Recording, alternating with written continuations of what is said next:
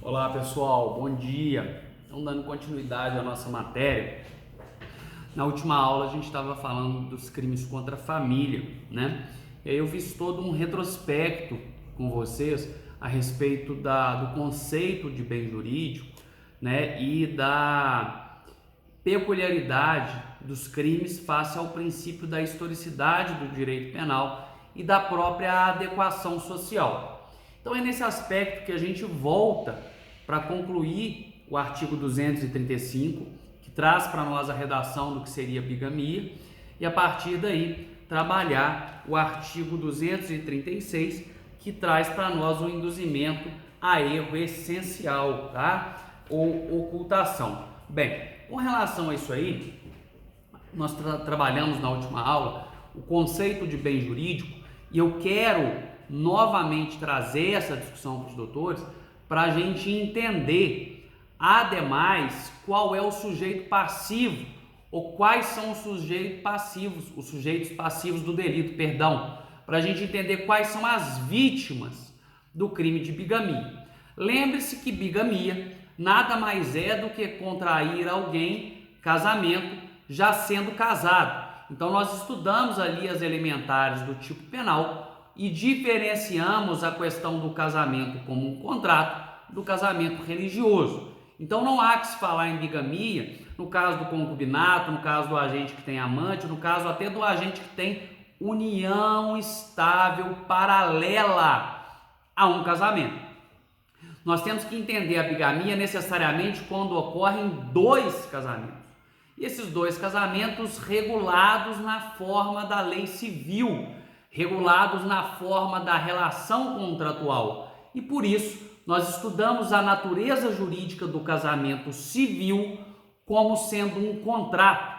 Fica um pouco pesado nós falarmos de casamento como um contrato, mas a natureza jurídica ideal do casamento nada mais é do que o contrato. Então, o delito ele passa a exigir um crime de falso quando do início dos procedimentos na forma prevista pelo artigo 1525 do Código Civil. Quer dizer, com o processo de habilitação. O porquê disso? Porque necessariamente o sujeito tem que se declarar não casado. Então, para o sujeito casar, para o sujeito contrair um casamento, ele tem que se declarar não casado. E a partir do momento que o sujeito se declara não casado, tá?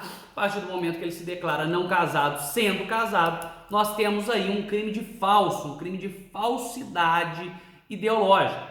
E aí, a partir do delito de falsidade ideológica, nós temos ali um crime meio para o crime fim. Isso aí a gente sabe, tem um princípio que chama princípio da consunção, que nos diz que o delito mais grave absorve o delito menos grave, ou, de forma mais técnica, que o delito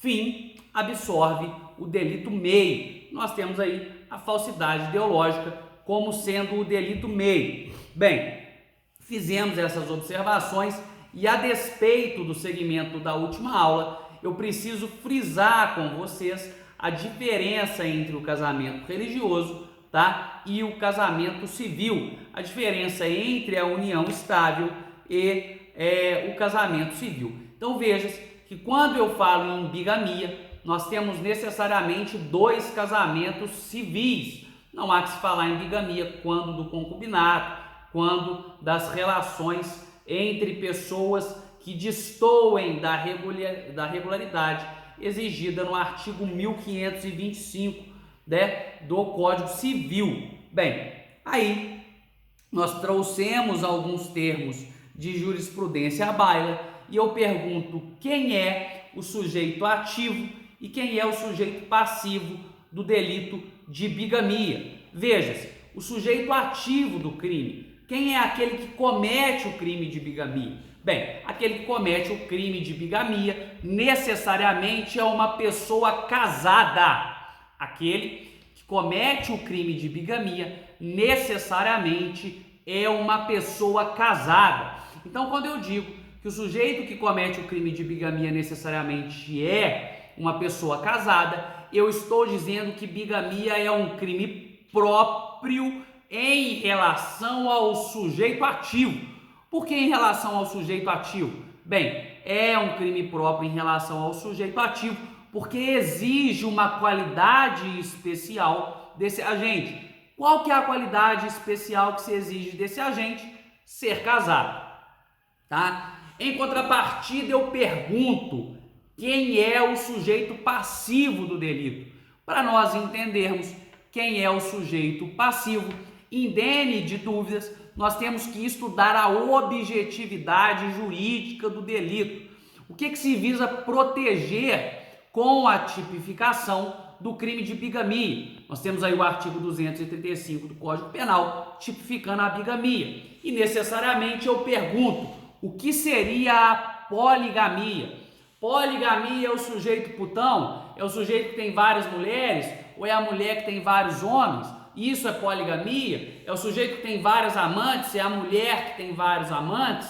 Isso é poligamia? Bem, entendam que nós temos que ser técnicos na leitura objetiva do termo jurídico. Quando eu digo que bigamia necessariamente presume o casamento e a regularidade da habilitação ao casamento, na forma do artigo 525, eu estou dizendo que assim também o é na poligamia. Veja-se que, a contrário senso do que muitos acreditam, não temos uma previsão específica do que seria poligamia.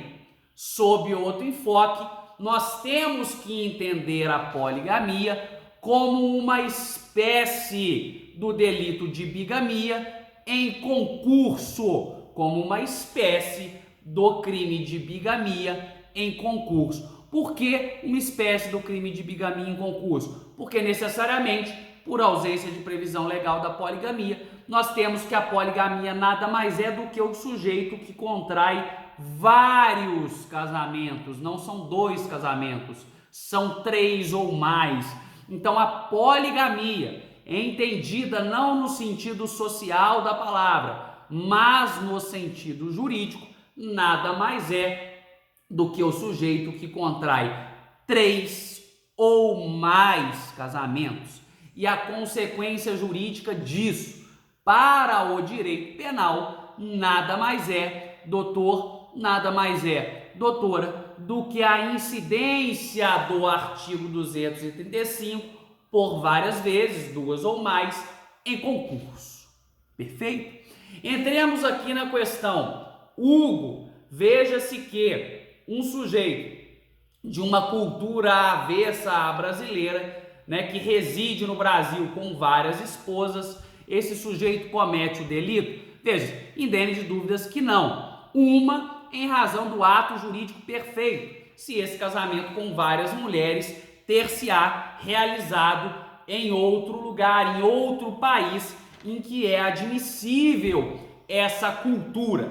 Agora, a minha pergunta, ela vai um pouco mais além, ela vai um pouco mais a fundo na discussão. A pergunta é, um sujeito nacional de outro país, árabe, por exemplo, nacional de outro país, ele vem para o Brasil, No Brasil, ele é solteiro e ele resolve contrair matrimônio com 4 mulheres, na forma que a cultura arábica prevê, permite, na forma em que a própria legislação daquele país admite. A minha pergunta é possível que esse casamento seja realizado no Brasil? É possível que esse casamento seja realizado conforme a lei brasileira? Veja-se que, a despeito do relativismo cultural, nós temos sim que o costume, ele explica a relativização da incidência do direito, ou ele explica o tratamento especial da incidência do direito. Data vênia, a pergunta não diz respeito à incidência do costume.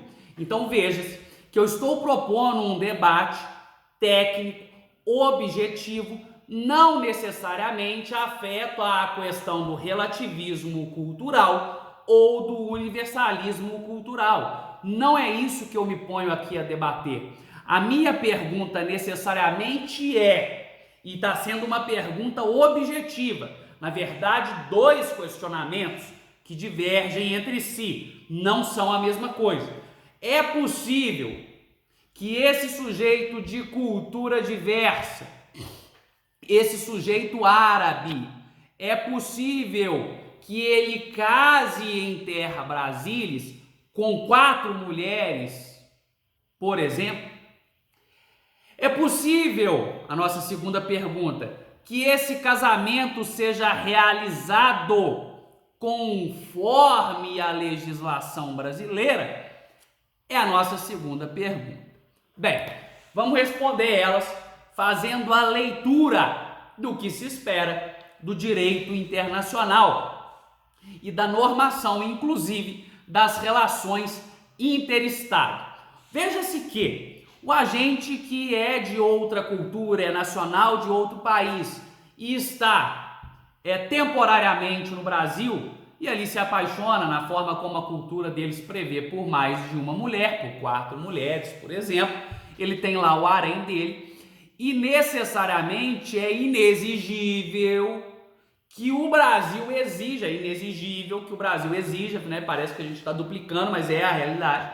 Então não é exigível que esse sujeito mude a sua concepção cultural, porque ele está momentaneamente no Brasil, ou ainda que ele venha a ficar definitivamente em terra Brasília.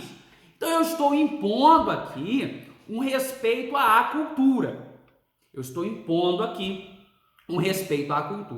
Então a minha resposta, ela deve, de certa sorte, proteger a legislação brasileira, mas amparar também o indivíduo que deseja assim se casar, sendo nacional de outro país e sendo amparado não só pela cultura daquele lugar, mas pela legislação daquela terra, pela legislação daquele estado-nação. E aí eu me ponho a debater no seguinte aspecto: o casamento desse sujeito é possível em terra Brasília? Sim, é possível. É possível que esse casamento seja realizado conforme a legislação brasileira? Aí nós vamos ter que nos debater na forma da habilitação para o casamento prevista no artigo 1525 do Código Civil, lá no direito civilzinho.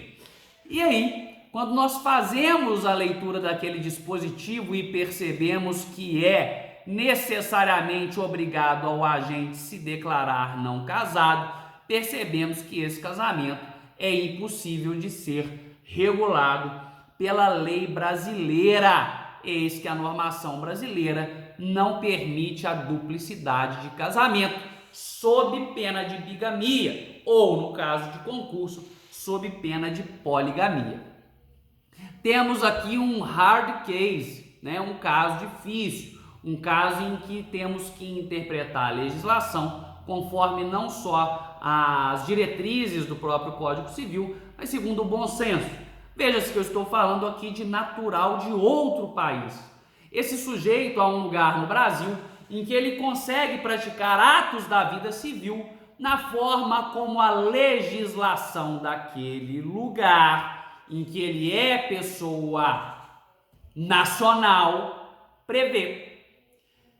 Olha o que eu estou caminhando com vocês. Eu estou trabalhando aqui discussões a respeito do artigo 235, discussões difíceis para a gente amadurecer o trato do dispositivo, inclusive naquilo que cai em questões de concurso. Veja-se, a objetividade, vamos dar uma pausa no raciocínio, já eu venho com a resposta.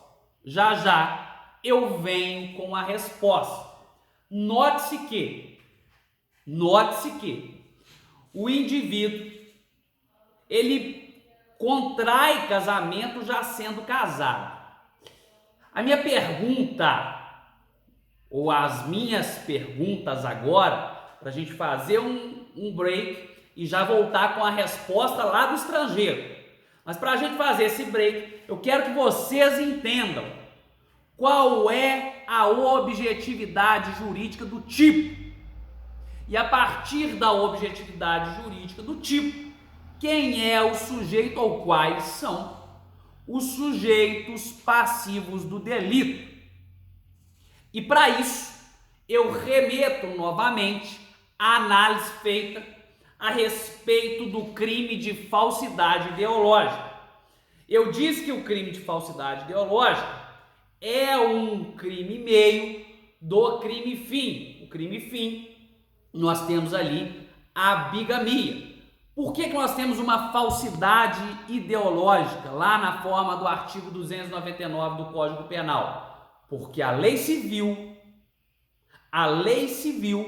ela obriga ao sujeito declarar-se não casado no momento da contração do casamento.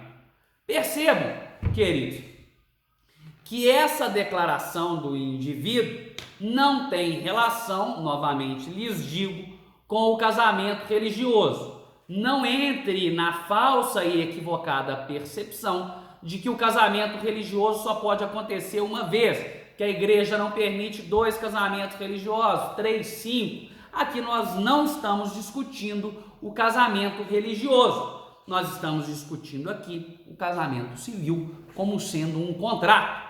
E aí vai a resposta da minha pergunta. Quem são as vítimas? Qual é a objetividade jurídica do tipo? A gente passa para entender isso no crime meio, o crime de falso, porque há uma afronta à lei civil. A lei civil regula, lá próximo do que eu estou mencionando, lá no artigo 1525, lá no artigo 1521, 1515, a lei civil regula o casamento. E se a lei civil regula o casamento, nós temos um mandato de ordem de respeitabilidade à solenidade. A lei civil impõe um mandato de respeito à solenidade do ato. A solenidade, vulgo formalidade. Então, se a lei civil exige o respeito à formalidade do ato, exige o respeito à formalidade do casamento, o que se busca proteger aqui? O que se busca proteger com a tipificação do crime de bigamia? Se busca proteger nada mais, nada menos do que o casamento. Se busca proteger nada mais, nada menos do que o casamento. E veja, temos aqui algumas vítimas. Vou dar um exemplo. Aquele que foi enganado, façamos a leitura do dispositivo. Contrair alguém, casamento, já sendo casado. Contrair alguém, casamento, já sendo casado. Note-se que a pessoa necessariamente que foi, que casou com aquela que já tinha um casamento, ela não comete o crime, salvo na forma do parágrafo 1º. Tecnicamente, essa pessoa, ela foi enganada, ela foi ludibriada. Ela foi ludibriada porque ela não sabia, quando da contração do casamento, que esse sujeito inaugural aqui, ele era casado. E se ela não sabia, sabe o que ela é do delito, doutor? Sabe o que ela é, doutora? Ela é vítima. Se essa pessoa que casa com outra pessoa que já é casada e essa pessoa que não sabe, ela é vítima do delito. Mas espera lá, tem outra boba na história, ou tem outro bobo na história, e aquela pessoa que ficou lá no primeiro casamento. Então note, João é casado com Maria e casa-se novamente com Carla. Eu estou dizendo que Carla, se não sabia dessa condição, se não sabia desse casamento primevo de João, Carla é vítima. Mas a minha pergunta é a Maria. E a Mariazinha? Mariazinha também não foi enganada? Sim. Então Mariazinha também é vítima. E o crime subexame tem um preceito secundário de 2 a 6 anos, quer dizer, ele não é de competência do juizado especial. E muito se engana o doutor e a doutora se quer fazer crer que esse delito é de ação penal privada ou condicionada à representação. O delito subexame é de ação penal pública incondicionada, quer dizer, o Ministério Público, ao tomar ciência do delito, ao tomar ciência da ocorrência da bigamia, toma providência independentemente da vontade da vítima, denuncia o agente independentemente da vontade da vítima. Sabe por quê? Porque nós temos aí outra vítima, qual seja o Estado. Eu disse o raciocínio da Carla e eu trouxe o raciocínio da Maria como sendo vítimas do delito, mas a principal vítima é o Estado. O Estado é a principal vítima porque houve um desrespeito ao mandado de formalização do ato previsto na legislação civil. E aí, a minha pergunta agora, para a gente voltar no próximo bloco é: e a prescrição? Como é regulada a prescrição na forma do artigo 235, ou como é regulada a prescrição para o crime de bigamia? E ainda, existe diferença no raciocínio afeto à prescrição civil e à prescrição penal quando da ocorrência da bigamia? É isso que a gente inicia no nosso próximo bloco.